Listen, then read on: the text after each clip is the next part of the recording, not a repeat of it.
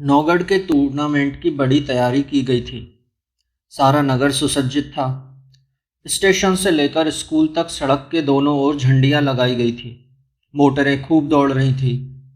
Tournament में पारितोषिक वितरण के लिए स्वयं कमिश्नर साहब आने वाले थे, इसलिए शहर के सब अफसर और रईस व्यस्त थे। आज स्कूल के विस्तृत मैदान में दर्शकों की बड़ी भीड़ थी। नगरपालिका के सदस्य, सचिव, अध्यक्ष आदि सभी उपस्थित थे। दर्शकों में सेठों और साहूकारों का भी अभाव न था। हेडमास्टर साहब तो प्रतिष्ठित लोगों का आदर सत्कार करने में लगे हुए थे, पर इधर लड़कों में कुछ दूसरा ही जोश फैला हुआ था। यों तो कितने ही स्कूलों से लड़के आए थे, पर होड़ दो ही स्कूलों में थी, नौगढ़ और विजयगढ़। विजय लक्ष्मी भी इन्हीं दोनों के बीच में झूल रही थी। कभी वह नौगढ़ की ओर झुकती तो कभी विजयगढ़ की ओर। सभी लड़कों के हृदय धड़क रहे थे। सभी उत्सुक थे कि देखें कौन बाजी मार ले जाता है, ऊंट किस करवट बैठता है। पहले दिन 90 मीटर की दौड़ थी।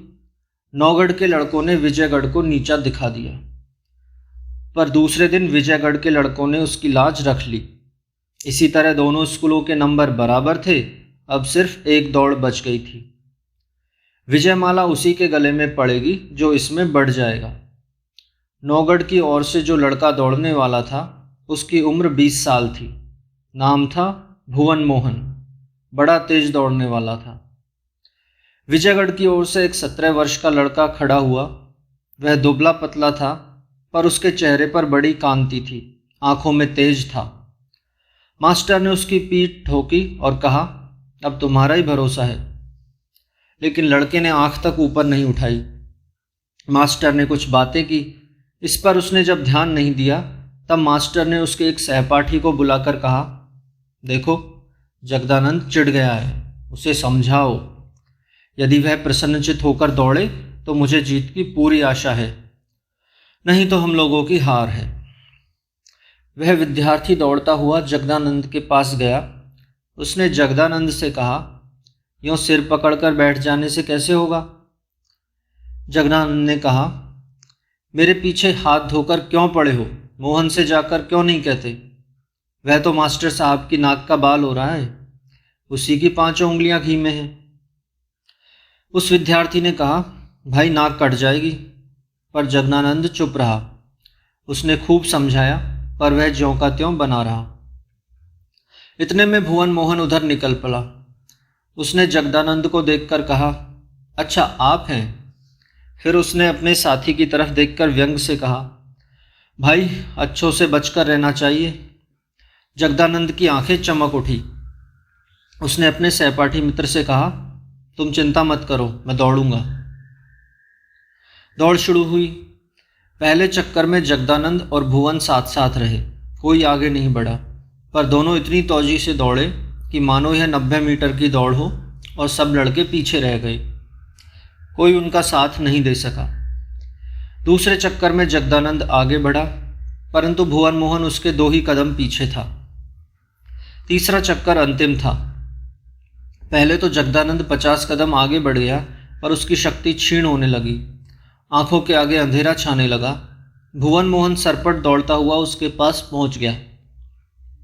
जगदानंद ने उसके साथ ही दौड़ने की कोशिश की, पर उसके पैरों ने जवाब दे दिया।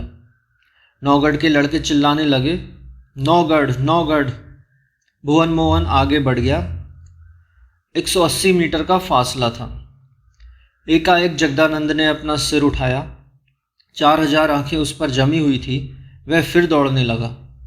पल भर में वह भुवन मोहन के पास पहुंच गया। विजयगढ़ के लड़के चिल्लाने लगे, विजयगढ़ विजयगढ़। जगदानंद आगे बढ़ता ही गया। उसकी आंखें लाल हो रही थी। उसने कई मीटर से भुवन मोहन को नीचा दिखलाया। लड़कों ने जय ध्वनि की और दर्शकों ने करतल ध्वनि। एक ने कहा, वाह लड़का क्या दौड़ा है, उड़ आया है। छात्र जीवन कितना सुखद होता है। उस समय हम लोगों की मनोवृत्तियां ही कुछ और होती हैं। जिन लोगों का एकमात्र लक्ष्य उदरपूर्ति या धन संचय या कीर्ति लिप्सा है, उनमें वह उमंग, वह स्फूर्ति, वह शक्ति कहाँ। अपने छात्र जीवन में कितने ही लोग विश्वविद्यालयों की परीक्षा में उत्तीर्ण होकर सबसे मान और आदर पाते हैं, पर जीवन की कसौटी पर कसे जाने पर उनमें से कितने खरे निकलते हैं।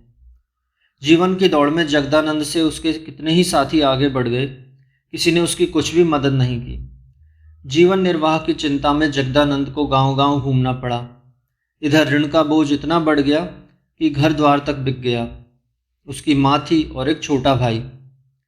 उसने अपने साहूकार भोंदूमल को खूब समझाया, खूब अनुनय विनय की, पर भोंदूमल ने उसकी एक ना सुनी। बड़ी मुश्किल से उसे एक दूसरे गांव में आश्रय मिला। एक दिन वह दूसरे गांव से अपने गांव की ओर लौट रहा था। संध्या हो गई थी। वह घोड़े पर चढ़ा हुआ धीरे धीरे जा रहा था। रास्ते में एक बड़ा भयानक जंगल पड़ता था। उसमें भेड़ियों का बड़ा डर था। अंधेरा होने के बाद कोई भी उस जंगल को पार करने का साहस नहीं करता था। पर जगदानंद अपनी चिंताओं में डूबा हुआ निर्भय जा रहा था। कुछ दूर जाने के बाद किसी ने उसको पुकारा, ठहरो ठहरो। जगदानंद ने घोड़ा रोक लिया और लौटकर देखा कि एक बुढ़ा जी छोड़कर भागता हुआ चला आ रहा है। जब वह पास आया तब जगदानंद ने पहचाना वह भोंदूमल था। जगदानंद ने उससे पूछा, क्या है? उसने गिड़गिड़ा कर कहा, मेरे प्राण बचाओ, भेड़िए मेरे पीछे पड़े हैं, मुझे घोड़े पर चढ़ाकर ले चलो। क्षणभर के लिए जगदानंद के मन में एक बात आई कि मैं घोड़ा दौड़ाकर भाग जाऊं और यह दुष्ट यहीं अपने दुष्कर्मों का फल भोगे। पर हृदय के भीतर से न जाने किसने उसे रोक लिया। जगदानंद ने उसे घोड़े पर चढ़ा लिया और तेजी से घोड़ा दौड़ाया। घोड़ा थका हुआ था। वह दो आदमियों को लेकर तेजी से नहीं दौड़ सकता था। सोच विचार करने का अवसर नहीं था। जगदानंद ने पल भर में अपना कर्तव्य निश्चित कर लिया। भेड़िए बढ़ते ही आ रहे थे। जगदानंद तुरंत घोड़े से उतर पड़ा। घोड़ा भोंदूमल को लेकर तेजी से चला गया। पल भर में ही अदृश्य हो गया। भेड़िए जब बिल्कुल समीप आ गए तब जगदानंद ने दौड़ने का विचार किया। उसे अपनी पहली दौड़ का स्मरण हो आया। वह दौड़ थी बाजी के लिए और यह है प्राण रक्षा के लिए। जगदानंद ने धोती कस ली। उसने हंसकर कहा, यह मेरी अंतिम दौड़ है, पर मैं तुमसे दौड़ने में किसी प्रकार का लाभ उठाना नहीं चाहता। देखे कौन आगे बढ़ता है। भेड़िए गरजते हुए बिल्कुल उसके समीप आ गए। 3 किलोमीटर तक दौड़ बराबर जारी रही। किसी ने जयध्वनि नहीं की, किसी ने ताली नहीं बजाई। केवल मूक प्रकृति यह दृश्य देखती रही। जगदानंद सब कुछ भूल गया। उसके लिए पृथ्वी अदृश्य हो गई। वह केवल दौड़ता ही चला गया। दूसरे दिन रामपुर के एक किसान ने देखा कि उसके घर के सामने जगदानंद का मृत शरीर पड़ा हुआ है। उसके शरीर पर किसी तरह की चोट नहीं है, पर चेहरे पर अभी तक हंसी झलक रही है। क्या यह विजय की हंसी थी?